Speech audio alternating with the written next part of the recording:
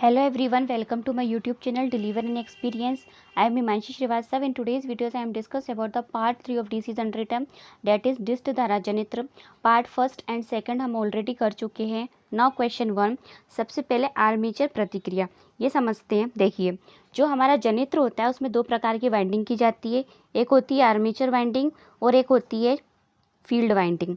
ठीक है, अब ये फील्ड वाइंडिंग जो होती है हमारी मेन वाइंडिंग बोलते हैं इसको. अब देखिए क्वेश्चन में क्या लिखा है. आर्मेचर द्वारा स्थापित चुंबकीय क्षेत्र, मतलब ये आर्मेचर वाइंडिंग है तो ये अपना चुंबकीय क्षेत्र स्थापित करेगा और इस चुंबकीय क्षेत्र का मुख्य चुंबकीय क्षेत्र पर कुछ प्रभाव पड़ेगा, उसको बोलते हैं आर्मेचर प्रतिक्रिया. Okay, now next question. GNA का पूर्ण रूप है. जीएनए का इंग्लिश में पूर्ण नाम है ज्योमेट्रिकल न्यूट्रल एक्सिस और हिंदी में से बोलते हैं ज्यामितीय उदासीन अक्ष. देखिए, ज्यामितीय उदासीन अक्ष क्या होता है? वह अक्ष जो मैग्नेटिक फ्लक्स के लंबवत होता है, इसको बोलते हैं जीएनए, ज्यामितिक उदासीन अक्ष. Now next question. एमएनए का पूर्ण रूप है.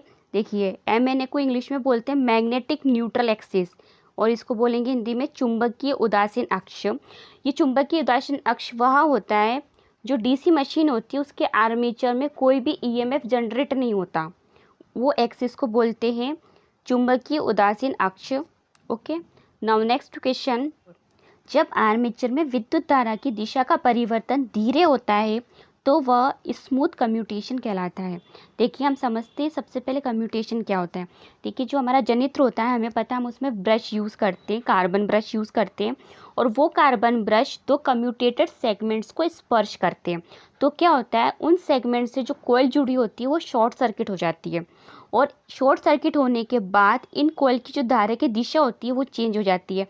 अब जब शॉर्ट सर्किट होगा उस दौरान करंट की डायरेक्शन अलग होगी और शॉर्ट सर्किट के पहले करंट की डायरेक्शन कुछ और थी और शॉर्ट सर्किट के बाद करंट की डायरेक्शन कुछ और है. तो जो करंट की डायरेक्शन में, करंट की दिशा में जो परिवर्तन हो रहा है उसे बोलते हैं कम्यूटेशन. Now next question. जब आर्मेचर में विद्युत धारा की दिशा में परिवर्तन तीव्रता से होता है तो वह रफ कम्यूटेशन कहलाता है. जब धीरे होता है, करंट की डायरेक्शन धीरे चेंज होती है तो वो स्मूथ कम्यूटेशन कहलाता है और करंट की डायरेक्शन बहुत तीव्रता से चेंज हो रही है तो वो रफ कम्यूटेशन कहलाता है. Now question 6. कम्यूटेटर तथा ब्रशों के बीच उत्पन्न होने वाली स्पार्किंग के निवारण हेतु फील्ड पोल के बीच स्थापित छोटे पोल इंटरपोल कहलाते हैं. देखिए, इंटरपोल क्या होते हैं. देखिए, जो इंटरपोल होता है वो आर्मेचर वाइंडिंग में जो कम्यूटेशन के द्वारा ईएमएफ उत्पन्न होता है उसके अपोजिट साइड में एक ईएमएफ उत्पन्न कर देता है जिससे स्पार्किंग की मात्रा कम हो जाती है. ठीक है, नाउ नेक्स्ट क्वेश्चन. कोर के बीच होने वाली विद्युत शक्ति की क्षति लोहा क्षति कहलाती है. देखिए, सबसे पहले कोर क्या होती है, जो हमारी आर्मेचर कोर, जो हमारी चालक चलता है उसको बोलते हैं आर्मेचर कोर.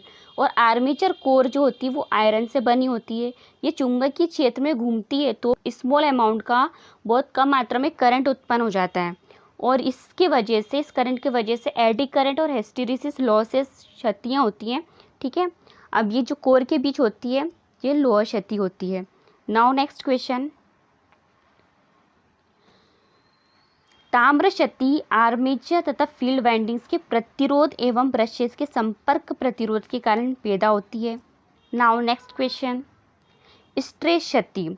स्ट्रेस क्षति होती है वो लोहा क्षति, मतलब जो आर्मेचर की कोर के कारण हो रही है, और यांत्रिक क्षति मतलब जो घर्षण के कारण हो रही है.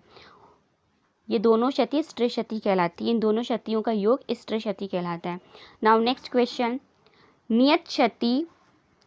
नियत क्षति जो होती है वो लोहा क्षति, यांत्रिक क्षति और शंट फील्ड क्षति के बराबर होती है. अब देखिए, नियत क्षति क्या होती है. देखिए, जब भी हम कोई लोड कनेक्ट करते हैं उस दौरान ये क्षति हमेशा कांस्टेंट रहती है, नियत रहती है. ठीक है, कोई भी चेंजेस नहीं होते अगर हम एक्सटर्नली कोई लोड कनेक्ट करते हैं तो, इसलिए इसको नियत क्षति बोलते हैं. Now next question. अस्थिर क्षति इज इक्वल टू आर्मेचर क्षति प्लस सीरीज फील्ड क्षति. अस्थिर क्षति मतलब अस्थिर है, जैसे ही हम कोई लोड कनेक्ट करेंगे तो वो लोड के साथ ये क्षति चेंज हो जाती है। नाउ नेक्स्ट क्वेश्चन, कुल क्षति इज इक्वल टू, देखिए टोटल क्षति जो होगी वो नियत क्षति जो लोड के साथ चेंज नहीं होती है, और अस्थिर क्षति मतलब जो लोड के साथ चेंज होती है, इन दोनों का जो सम होता है वो कुल क्षति कहलाता है।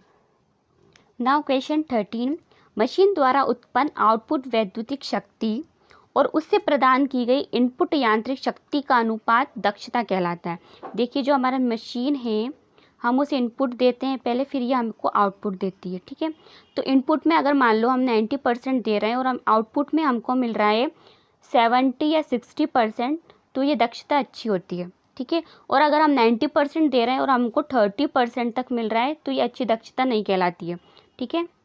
नाउ नेक्स्ट क्वेश्चन, इंटरपोल्स के प्रयोग से मशीन की दक्षता 25% से 30% बढ़ जाती है। मतलब इंटरपोल्स लगा देते हैं कम्यूटेशन को रोकने के लिए, तो जो हमारी दक्षता होती है वो 25 से 30% बढ़ जाती है। ओके। नाउ क्वेश्चन 15, कंपाउंड जनित्र के समांतर प्रचालन में इक्विलाइजर का प्रयोग किया जाता है। सबसे पहले हम समझते हैं कि समांतर प्रचालन हम क्यों करते हैं। देखिए बहुत अधिक लोड होता है तो हम जनरेटर को चलाने के लिए इसे समांतर क्रम में जोड़ देते हैं, ठीक है। अब देखिए जब हम समांतर क्रम में जनरेटर को जोड़ते हैं तो यहाँ पे हम इक्विलाइज़र का प्रयोग करते हैं।